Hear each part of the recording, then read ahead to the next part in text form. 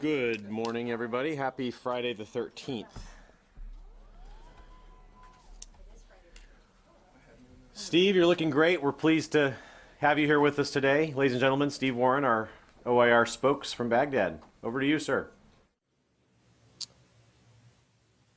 Thanks, Jeff, and good morning, Pentagon Press Corps. It's always good to be with you on a Friday. Today, I'm going to provide you a short operational update across the battlefield, and as well as some bigger picture items. So, first of all, we welcome the Belgian announcement today that they will extend strikes into Syria. The additional combat power will help us more rapidly defeat our enemy.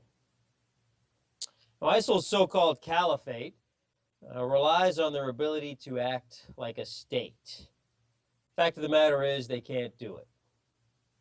One of the reasons they can't do it is that we've put a dent in their pocketbook. We have two operations targeting ISIL finances. One is called Operation Point Blank, which aims to destroy the Daesh cash piles that we find. The other is Tidal Wave 2, which focuses on their oil revenue. These operations have had an impact. We know that ISIL's total income has been reduced substantially, and we know that their income from oil specifically has, we believe, been reduced by about 50%. Their primary source of income is what they refer to now as taxation. In reality, we know that it's extortion. But even their ability to extort money from their own people continues to be reduced as our partner forces liberate more and more territory. In addition to choking off their funding, we are now seeing a reduction in the flow of foreign fighters onto the battlefield. Over the last year, we assessed that the number of foreign fighters entering the combat zone each month has decreased, possibly by as much as 75%. ISIL has been unable to deliver on its promise to create a functioning state. That has diminished the appeal of the so-called caliphate as a destination spot for foreign fighters. As a result, we assess that ISIL is no longer able to replenish its ranks at the rate its fighters are dying on the ground. We attribute the reduction in foreign fighter flow to a range of factors, including our military gains on the ground, as well as active steps by governments to strengthen and enforce border security and also counter recruitment efforts. Now let's talk about what our partners are doing on the ground. In Anbar, as part of Operation Desert Lynx, Iraqi security forces have advanced to the outskirts of the town of Juba, which is a town 25 miles north of Heat along the Euphrates River. In that action, the 7th Division, along with Sunni tribal fighters from the Ubaidi, Mahal, and Jughaifi tribes, are conducting offensive operations to liberate that town. Near Makmur in the Tigris River Valley, Operation Valley Wolf saw some success this week as well. The 72nd Brigade seized the village of Kabruk.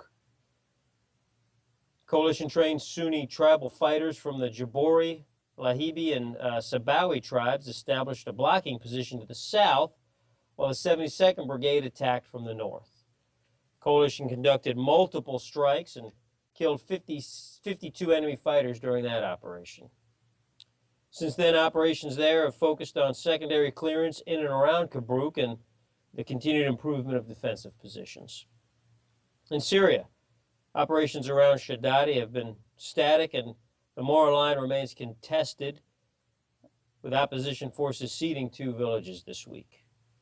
Near Tanf, which is in the tri-border area, kind of in the south by where Syria, Iraq, and Jordan come together, opposition forces continue to improve their defenses, and they're preparing for future operations there. We've conducted this week 40 strikes in that area against ISIL headquarters, staging facilities, and fighting positions. And we're going to continue to apply pressure against ISIL's critical capabilities and functions.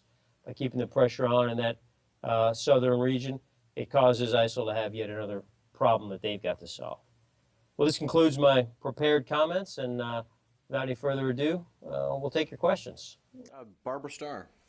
Colonel Warren, a couple of things. Starting in Baghdad, what's, given now you've had several days of attacks in Baghdad and around Baghdad. What's your assessment there of what ISIS is trying to accomplish and the destabilization it could pose to the Iraqi government? Well, certainly our hearts are broken for the almost 100 Iraqi citizens who were killed or wounded, severely wounded in these recent attacks. This is These are attacks that ISIL has claimed responsibility for. We know that Baghdad is a huge city. It's a city of over 6 million people, and it is not a city that can simply be zipped up and completely sealed off. So tragically, the enemy is going to be able to get some truck bombs into the city from time to time. These were probably opportunity targets, I think. Certainly there has been some unrest, some political churn, I think, here in Baghdad over the past several weeks. And ISIL, while we believe they're on the defensive and they are back on their heels, they still remain a legitimate threat. They're a dangerous enemy, and they're also smart. And so, they've seen an opportunity here to create discord, to create disharmony. These strikes went straight into, in many cases, heavily populated Shia areas, and really focused on civilian women, children, complete civilians, not in any way, shape, or form someone that could be considered a combatant or even a threat to ISIL in any way. And this was obviously, the purpose of this was to create discord. It was also an opportunity for this enemy, I think, to gain some international attention. They have lost ground almost continuously now for half a year. They've been really taking a beating, particularly in Iraq, where we've seen them lose city after city. We've seen them lose region after region. We've seen them lose their money. We've seen them lose their leaders. We've seen them lose their towns and villages and territory. So I think they want to try and make a statement, and they know that these very high visibility attacks get attention. And so I think that's also what they were looking to do. If I may, two things. Can you bring us up to date on the status of additional U.S. forces that have been announced for deployment, for authorization to go into Iraq, and the status of the Apaches, the status of the additional trainers going in? And your map talks about pressuring and isolating Raqqa. What do you see going on in Raqqa? There's talk that ISIS has declared an emergency there. They're covering up things. They're moving people. What do you see happening in Raqqa? And bring us up to date on the status of U.S. forces. Right. So the Secretary did announce an additional 217 personnel to come to Iraq and serve as in various parts of different accelerants. Those personnel are still flowing. I don't have the exact number of how many have come in yet. None of those accelerants have begun to take place yet, though. So we're still conducting advise and assist at the division and operational center level, and we have not yet employed the Apaches in an offensive role. So that's still working. It does take time to get personnel trained and equipped and packed and moved. So that's ongoing. In Raqqa, we have seen this declaration of emergency in Raqqa, whatever that means. We know this enemy feels threatened, as they should. I've detailed all the strikes that we've done there over time. They see the Syrian Democratic Forces, along with the Syrian Arab Coalition, maneuver both to their east and to their west. To the west, in the Tishreen Dam; to the east, Shadadi. Both of these areas becoming increasingly secure, and the Syrian Democratic Forces increasingly able to to generate their own combat power in those areas. So certainly we are seeing some reactions to this. We've had reports of ISIL repositioning both their combat capabilities against what they think may be coming next, and we've seen reports of them repositioning personnel to various either within the city or even out of the city. So rightfully, ISIL understands that their days are increasingly numbered. We are going to continue to keep this pressure on them, and we expect to see them collapse eventually. Okay, did you have a quick follow-up, Kevin? Yeah, Colonel Kevin Barron, how are you doing? Just two follow-ups. One, is this a case of you being so focused on the north and the offensives to come that you guys didn't keep your eye on the back door of these massive attacks in Baghdad? I mean, because ISIS declared openly these are retaliatory actions that were for what they're feeling. And what are you going to do about Baghdad? You described the problem, but what's next? I mean, the American people remember U.S.-led forces patrolling every street in that town. I know you say you can't zipper it up, but surely there's more that could be done. Well, our focus right now is really on training and equipping the Iraqi security forces and on providing air power in the field. The Iraqi security forces have a plan to continue to secure Baghdad, and they're going to execute that plan. There were fairly good efforts around the Green Zone last week when they believed that there was going to be an increase in protests.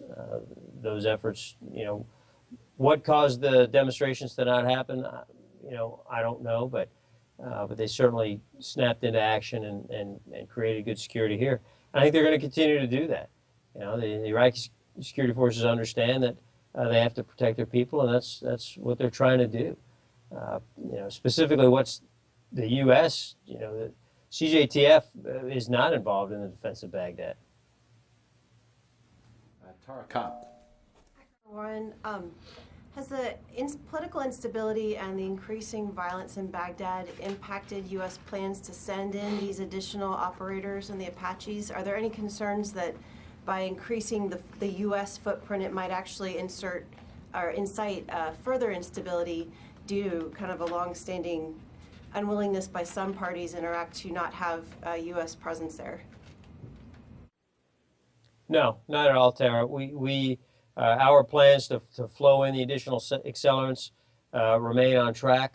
We do not believe that any of this recent, whether it be ISIL-initiated bombings or the political churn that's taking place or the demonstrations that we've seen, are going to impact our ability to flow these additional forces in and get them into position to assist the Iraqi security forces in their effort to prepare for and eventually liberate Mosul. So no impact. While it may not impact U.S. ability to flow in forces, have you seen any impact on the political will to have U.S. boots on the ground there?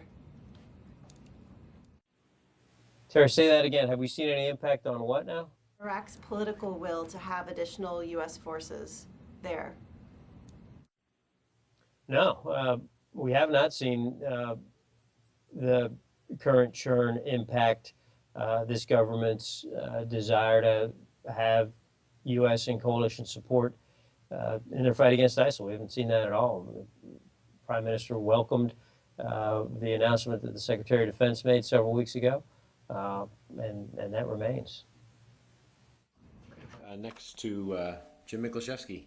Steve, to follow up on that, are there any indications, or at least concerns on the part of the U.S. military in Baghdad, that the Iraqi government, if these kinds of attacks, these suicide bombing attacks, continue in Baghdad, that the Iraqi government, the Iraqi military, may lose its resolve and withdraws many of their troops from the fight against ISIS and bring them back into Baghdad for protection?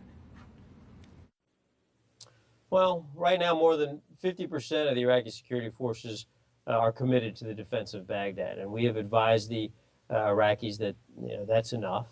So certainly, it's something we've got to watch out for. But right now, we've continued to advise them that their focus needs to remain on defeating this enemy once and for all, thereby eliminating the threat completely.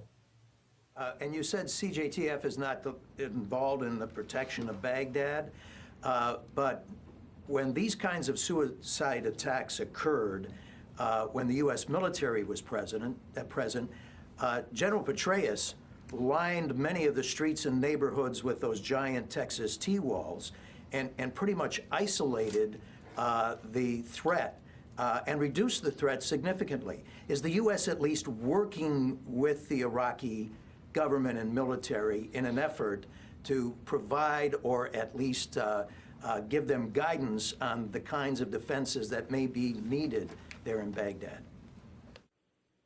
Well, certainly we have advisors in the Baghdad Operations Center, and so these are the types of things that get discussed. But the Iraqis really do have, their plan for how to secure their capital city. We are certainly available to provide them advice. We do interact with them in the Baghdad Operations Center every day. I am not going to share with you what their plan is, obviously, but they do have a plan to continue the security of Baghdad, and we'll continue to work with them and provide them whatever assistance that we can provide. And it's notable that even when there were 150,000 American forces here and T-walls lined every street, we were never able to completely drive the threat to zero. Like I said, this is a big city, over 6 million population, and it's not even feasible to think that you could completely stop individuals who are determined to cause harm. Any indication of any growing pressure from the Shia elements, even Iran perhaps, that there has to be more focus now on protecting Baghdad against these attacks, primarily against Shia neighborhoods? I've seen no indication of that, Jim. Obviously, the Iraqi government has its own discussions, but we have not yet seen any indication of that. Next to Phil Stewart. Hi, Steve. A quick follow-up on what Jim was asking, and I have a question about the Manbij pocket in the north. First, on the defense of Baghdad, I mean, if the Iraqis keep about half of their forces in Baghdad because of this threat, because of the pressure to defend against this threat, will that slow your plans to go after Mosul? And secondly, on the Manbij pocket, if you could give us an update on where that stands. ISIL have made some gains across a series of towns, I think it was last week or the week before. Where does that stand now? What's the state of play? Thanks. Well, the plan to move towards Mosul takes into account the fact that 50% of the Iraqi security forces are in Baghdad. So assuming this situation remains the same, there will be no impact. The Iraqi government, of course, can move units and forces around the battlefield as it sees fit. Should they decide to reposition forces into Baghdad, then that's something that would have to, that would cause a change. But as of now, the plan accounts for the Baghdad security effort. No real, like I said in my opening remarks, there opposition forces did lose 2 small villages this week up along the Mara line to an ISIL attack, and so that remains, as I've described it previously, really a shoving match. What you see is a number of really small villages along that line that we refer, that begins in Mara and moves up to the Turkish border there, and these villages are changing hands, almost daily in some cases. Some of these villages have changed hands a half a dozen times in the last few months. So it really is a shoving match where one force will occupy a town, sometimes unopposed, sometimes with some opposition, sometimes in a larger fight. But it's really become a continuous back and forth of these small villages, with neither side appearing to gain the upper hand or appearing to lose the upper hand. So we'll have to see how this develops. Okay, next to Andrew. Oh, there you are, Andrew Tillman.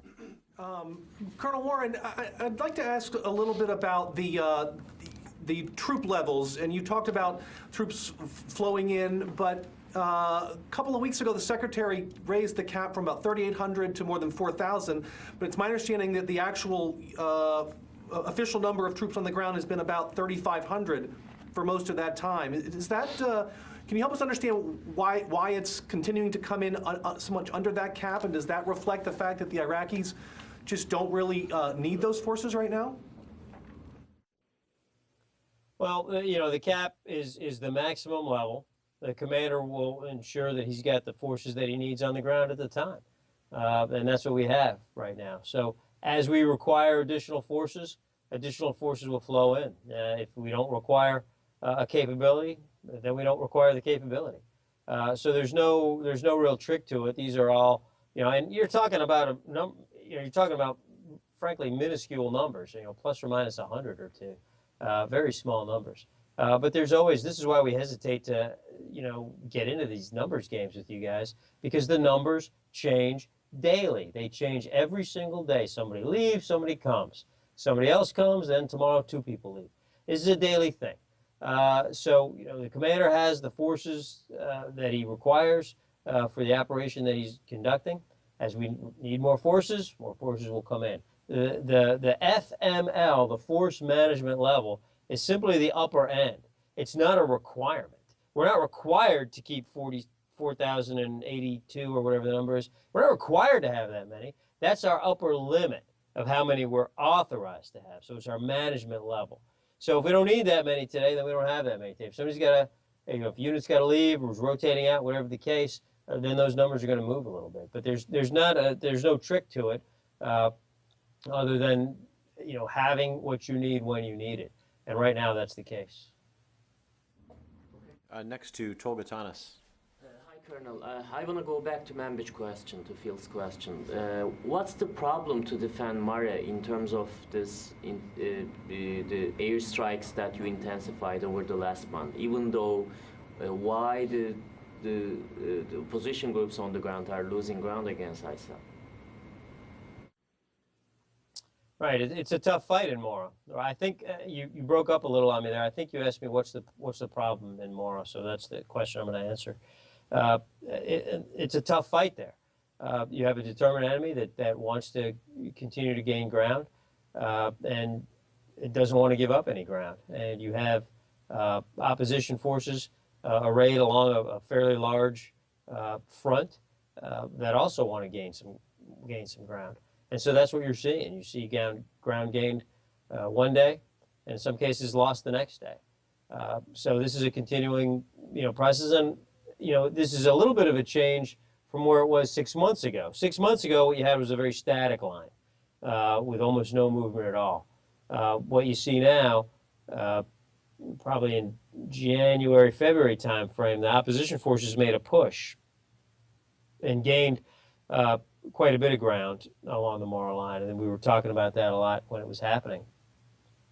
But what they have really was hold forces. So they've struggled to hold the territory that they were able to take back in the January-February timeframe. And so now what you've seen, now that kind of static sort of World War I, you know, line of the Mora line kind of became much more fluid after that initial push back in January-February timeframe. What you're seeing now is that line kind of continuing to fluctuate as the various forces there jockey for position.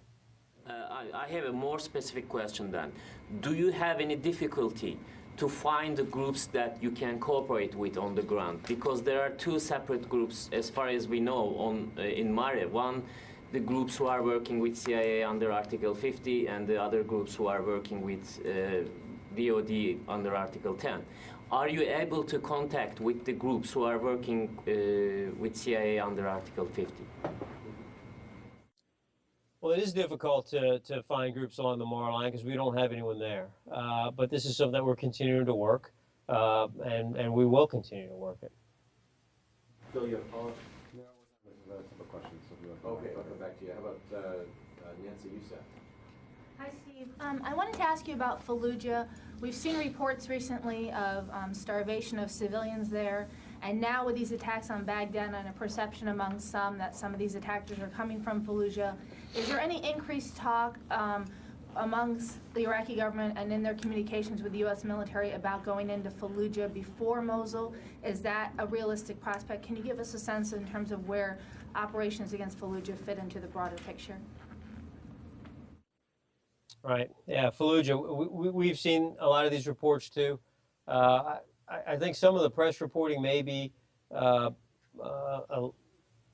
indicate a situation that's worse than it is. The UN reporting that I've looked at certainly indicates that there are growing problems, that food is becoming scarce, and that people who want to leave can't. But you also see some reporting here in the local press and other areas that indicate that it's a legitimate humanitarian crisis with starvation. So it's difficult to know exactly where on that spectrum Fallujah falls, but regardless, certainly there is suffering there. And let's keep in mind that that's suffering that's there because of ISIL, right? Let's not ever forget that point. But on Fallujah specifically, we have seen the Iraqi security forces begin to chip away at Fallujah. In fact, Fallujah is now generally surrounded by Iraqi security forces. Elements of 3 different divisions, the 1st, the 6th, and the 7th, are positioned to the north, all around Fallujah. And we have seen maneuver, but it's been in very small bites. Yesterday, I think it was 340 meters that Iraqi security forces were able to gain. That's a very small number, obviously. But this is a tough city. This is the very first city that ISIL gained control of. So ISIL's been there for more than 2 years. So they are dug in deep. So this is a tough nut for us to crack here. This is a tough nut for the Iraqis to crack. I think the Iraqis are aware. I am confident that the Iraqis are aware that they need to liberate Fallujah. Where it falls into the sequence, Fallujah before Mosul, Fallujah after Mosul, is unclear. But the Iraqis are working at Fallujah right now. Like I said, they've got it surrounded. They are pressuring it. But they haven't been able to make a real move in there to start clearing it yet. So this is going to continue to be something that we watch. We know that the Iraqis have attempted on several occasions to open up humanitarian corridors to allow some of the civilians to come out. Those have met with generally not much success. ISIL has done things like set up snipers to cover down on those corridors to kill people as they're trying to get out. So that's really discouraged their use. So it's a difficult problem. But I guess to come full circle, Nancy, and really answer your question, our sense is that the Iraqis certainly understand that Fallujah does need to be liberated. You do see some reporting that the Iraqis are ignoring it or whatever the case. I don't think that's the case. I think that they know that Fallujah has got to go, has got to be liberated.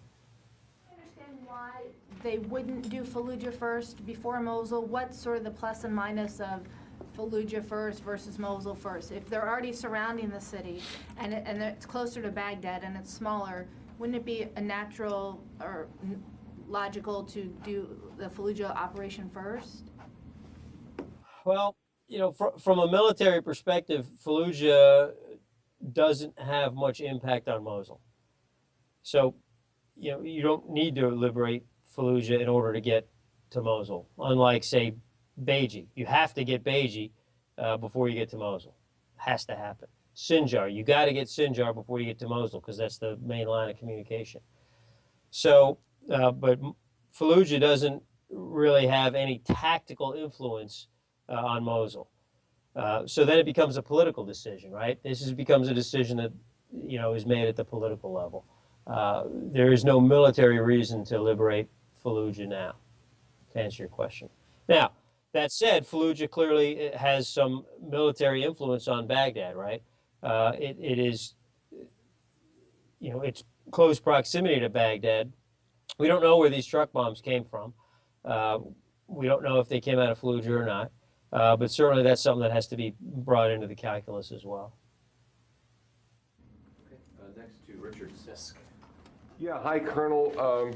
Can you tell us what the situation is north and west of Ramadi, where there were reports of major counterattack by ISIS, killed a significant number of Iraqi troops? And how could this happen, given the progress reports we've gotten from you and others on the progress in Anbar province? How could this happen? Yeah. Hey, Jeff, can you signal to Tom Maston maybe to turn the gain down a little bit? Because everybody's coming in really blown out. So I can barely, I wasn't able to hear any of that question. Okay. We're sending the signal now, Tom, if you can hear that too.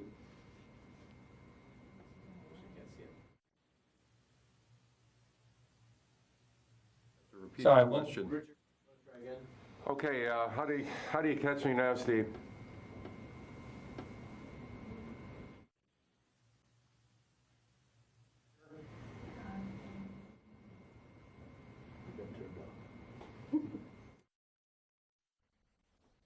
Okay. No, we can't hear you either. You coming through? Crystal clear now. I can hear you perfectly. Richard. Replay. What can you tell us about the situation north and west of Ramadi? Reports of a major attack killed a significant number of Iraqi troops. And how could this happen, given all the reporting coming out from over there about ISIS being on the defensive, and especially the progress in Anbar province? How could this happen? Right, there was an attack on Ramadi. It was a couple of truck bombs that came in, and it wasn't really in Ramadi city center. It was kind of off to the north. Well, there was one to the north and one to the south. Neither one of them was in Ramadi city center. It was kind of out in the suburbs or even the exurbs of Ramadi. The Lake Tharthar region there's still pockets. It's still kind of a little bit of a support zone for the enemy, and so they are able to infiltrate. And this was you call it an attack, I would call it a terrorist, terrorist attack.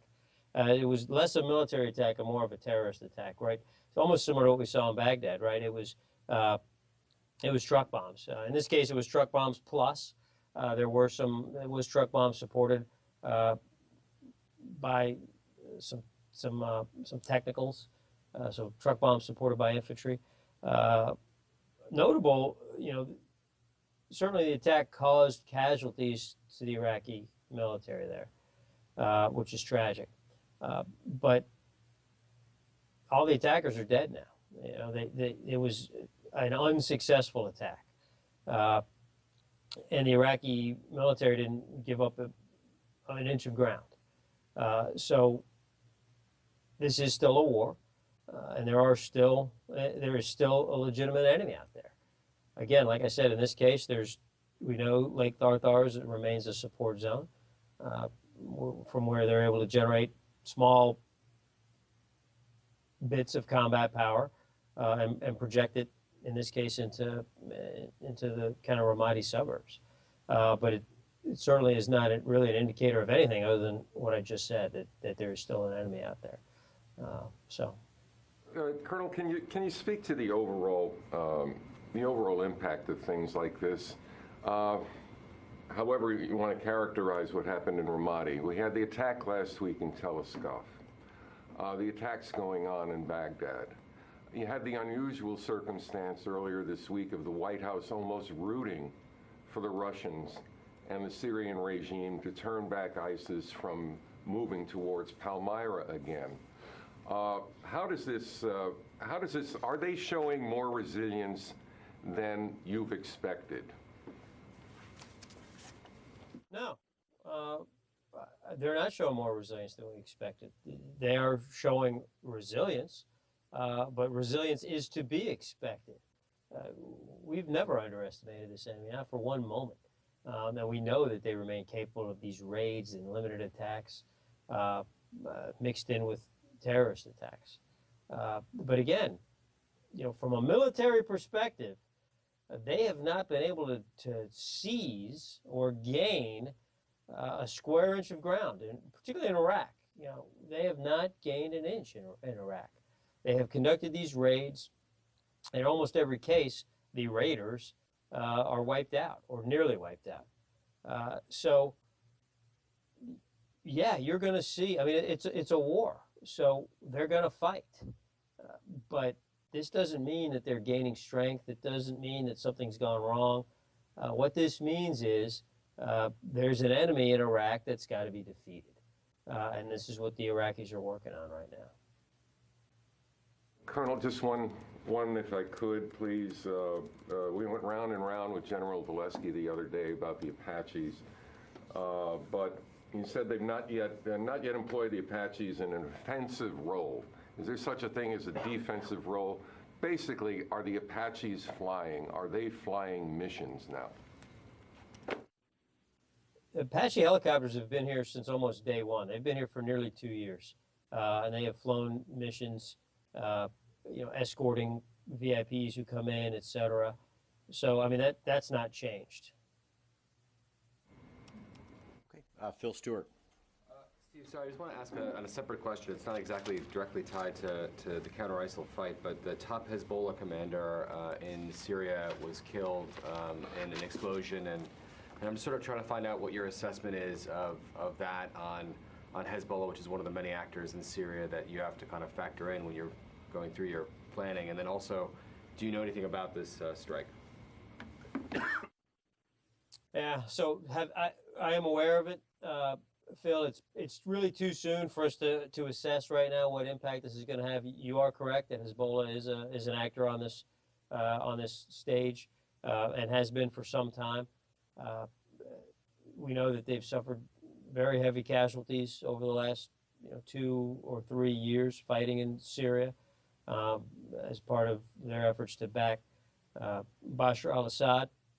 But in regards to this specific strike, who took it and what the impact, what the downstream impact is going to be of losing this leader, it's simply too soon to tell. The United States did not carry out this strike, obviously. That is correct. Barbara. Just cleaning up one detail. You mentioned a couple of times the Iraqis have 50% of their forces dedicated to the defense of Baghdad. If you say 50%, can you tell us what the number is? How many troops? Roughly half, maybe I should have said. And I don't have the troop numbers to hand. Probably not inappropriate for me to give out Iraqi troop strengths anyway. So even if I did have it, I wouldn't give it to you. And on the Hezbollah guy, target, if he wasn't on your strike list, do you know whose strike list he was on? I do not know whose strike list he was on. We are not striking Hezbollah. Okay, anybody else? All right, Steve, thank you very much for your time. We wish you a pleasant weekend. Thank you very much. It's good seeing everyone. We'll see you next week.